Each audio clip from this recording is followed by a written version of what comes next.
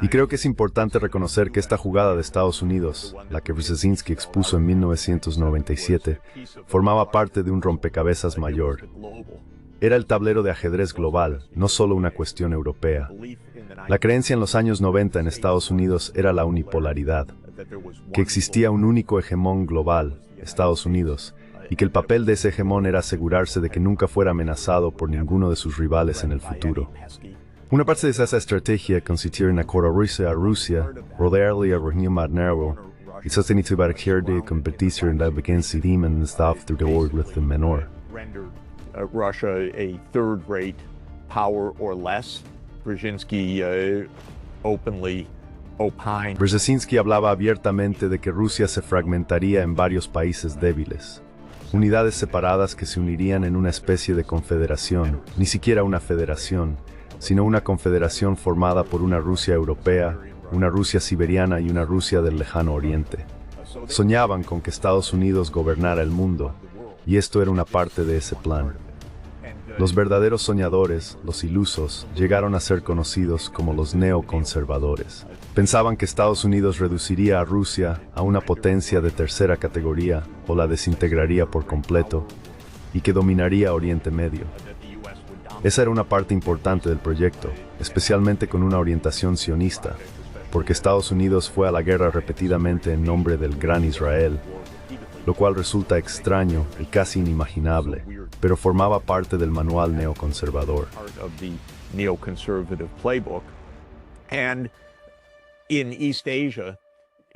Y en Asia Oriental, la verdad es que no tenían una estrategia para China, porque no eran personas muy inteligentes. No podían prever el futuro, y no vieron que China iba a surgir como una gran potencia. Si retrocedes a finales de los años 90, China apenas aparece en ninguna de las discusiones. No es que estuvieran planeando qué hacer. China era simplemente un lugar donde se iban a montar nuestros juguetes, componentes de automóviles, productos electrónicos, teléfonos y cosas por el estilo. No era una cuestión de preocupación geopolítica en aquel momento. Así que este proyecto unipolar tenía su dimensión europea en la ampliación de la OTAN. Y esto, por supuesto, iba en contra de la visión alternativa fundamental de la seguridad europea, que supuestamente era la que había puesto fin a la Guerra Fría.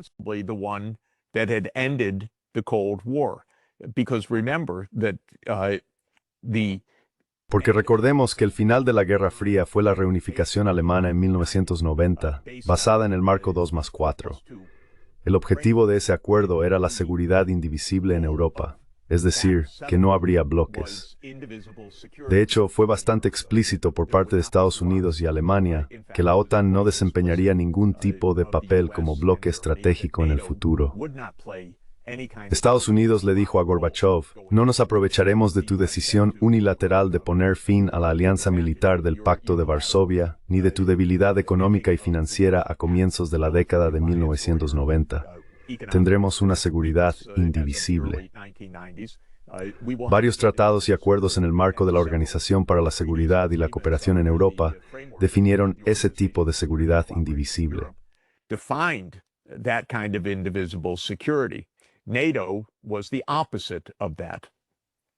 La OTAN era lo contrario de eso. La OTAN representa la política de bloques. La OSCE fue el fin de la política de bloques. Yo estuve en la Unión Soviética en 1990 y en Rusia desde finales de 1991 y escuché mucho de parte de Gorbachev, de Yeltsin y de otros sobre un hogar europeo común, seguridad indivisible, el fin de los bloques, paz y cooperación. Lo creí entonces y sigo creyéndolo. Creo que esa es la respuesta a la seguridad europea. Los europeos por stieren no la aceptan, pero su abath y bekimante han rechazado.